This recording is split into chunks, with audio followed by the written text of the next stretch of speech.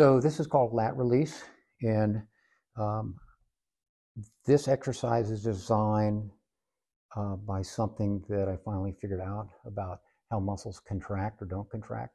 There's little coils in your muscles called stretch receptors, and then there's little coils in your tendons called Golgi tendon organs. They're the same exact thing, function. So what it is to protect. Once those are stretched out too far, your brain will shut down the stretch. You'll feel like you're getting a stretch, but it's not really a stretch. It'll just completely shut it down. And also, if you go too fast into a stretch, it'll turn it off, right? However, say if one of those are microscopic, you can't see them, okay? As they're stretching out like this, right? Once you put a contraction on the muscle, then they get shorter again, and your brain will let you go further and further and further into a lengthening of a muscle, okay? So I'm going to show you how this works. I'm going to put this just at the top of my head. Right here, I'm going to stand on these here. And so what I'm going to do is I'm going to turn my body until my lat, which most people don't know this.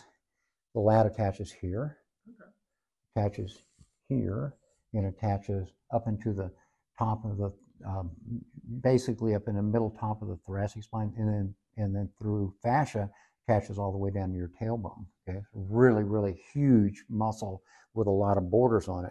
So what I'm going to do is I'm going to stretch from here all the way up through my shoulder blade to here. Okay, this. So I can do that easily standing on a Rotex like that. So now I feel it all the way up through here, right? And as soon as, so the stretch receptors just turned on. Yeah. It won't let me stretch any further.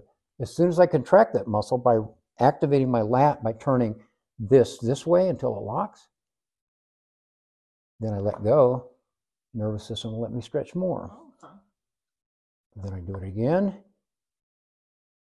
All those stretch receptors shorten, nervous system will let me stretch more, okay?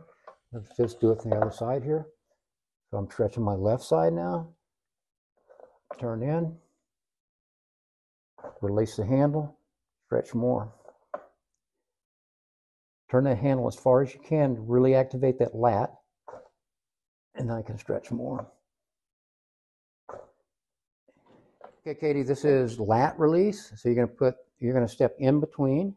Put that handle right at about the top of your head. Right there. Step on. Good. And what you're going to do, your lat attaches to the inside of your arm here, to your shoulder blade, and here all the way down to your tailbone. So go ahead and just rotate as far as you can and stretch all of this as much as you can feel. Okay, got it? Now turn that handle inward as far as you can go until it locks. Perfect. Now release the handle. Now turn more. Good. Turn the handle in. Release the handle and turn more. And one more time, turn the handle. Release the handle and turn more. Awesome. Pretty cool how it works, yeah. Huh? Just leave the handle exactly where it is and switch hands. Perfect. Good. All right, now you're going to turn in the opposite direction to stretch this. There you go. So you're stretching from here all the way up through here. Good. Good. Turn the handle. And you're activating that lat, you're contracting that lat, stretch receptors get shorter. Good, go.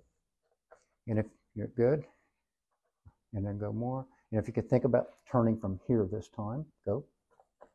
Good. And relax and turn. That's perfect. Good. And relax. Good. Over here. Yeah, for sure. So the lat is, like I said, you can go ahead and step on. The lat is a huge muscle. Right? And the more I got into clinical practice, I realized that the lat has more to do with low back pain than we ever thought. Most people think of low back pain in hips and pelvis, right? Through the thoracolumbar fascia, it attaches to all the bones, all the way down from, turn around a little bit, face the camera. Face the camera. I mean, no, yeah, your back. Yep. So from about there all the way down to the bottom of your tailbone. So it basically helps control all those. And another thing I found from some measuring ranges of motion, the lat has more to do with hip rotation than you would ever think. Mm-hmm. The more that we release the lat, then the more the hip will actually rotate better. Okay. That makes sense. Mm-hmm.